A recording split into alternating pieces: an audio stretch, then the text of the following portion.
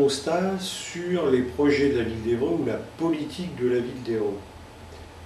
Bon, on ne va pas parler de la politique courante, hein, la subvention au club de pêche ou les ennuis du CCAS, au Centre communal d'action sociale, ni de ces maisons de retraite. Bon, je sais qu'il y a ni de la réfection des routes quand il y a besoin de le faire, etc.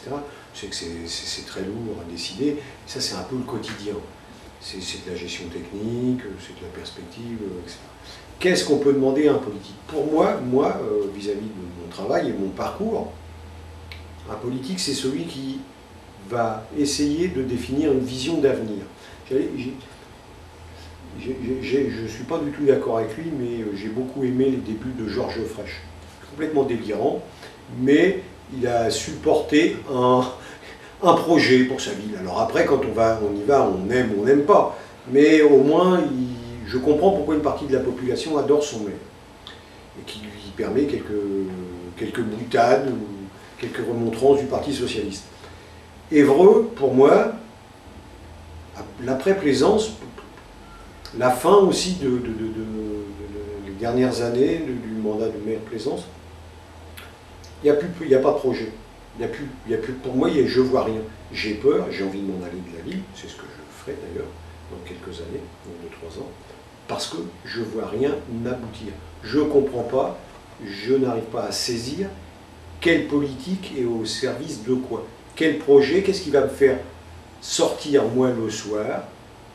Voilà, j'ai un salaire moyen, qu'est-ce qui peut me faire sortir le soir quand j'ai envie d'écouter un opéra, quand j'ai envie d'écouter un chanteur folk, quand j'ai envie, enfin bref, j'ai envie de vivre, à part le Matahari, c'est de la publicité comme ça, mais j'y vais même pas, je bois une bière comme ça de temps en temps, je vois pas où je peux me rendre.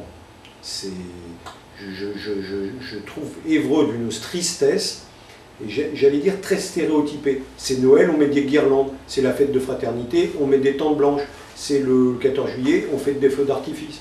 Et c'est petit bout par petit bout, on fait des trucs, mais je ne vois pas l'agglomérat de tout ça, comment c'est aggloméré. Je ne comprends pas ce qui va se passer dans les années futures. Alors, je comprends très bien, c'est-à-dire que la municipalité changera, et puis arrivera quelqu'un qui aura un peu de vision, hein, celui qui m'a créé, c'est bien dommage, je ne suis pas de ses obédiences, mais Debré, ce grand boulevard de la Madeleine, là, qui m'a fait cette grande voie verte, de la Madeleine, bon, on peut dire que ça ressemble à un boulevard Haussmann. Ça n'empêche que les gens commencent à s'en emparer. La découverte de l'Itan, les gens s'en emparent. Alors bon, c'est pas grandiose, c'est pas économiquement, bon, c'est pas. Mais économiquement, je ne vois pas aussi ce que fait la ville. Qu'elle est en train de construire pour que les gens aient envie de venir vivre ici. Alors qu'on a un golf, on a des chevaux, pas très loin, enfin, on a des tennis, enfin, on a des trucs qui peuvent attirer les classes moyennes, les cadres. Mais non. Voilà, c'est tout ce que j'ai à dire là-dessus. Je suis extrêmement déçu, et même inquiet, voire plus qu'inquiet. Voilà, je suis catastrophé et un peu morose par moment. Parce que je vois le marché au centre-ville périclité, je vois celui de la Madeleine qui pareil va changer, on ne sait pas trop pourquoi. Enfin, bon. Et ce manque d'information, de transparence, même avec les conseils de quartier, hein, voilà quoi.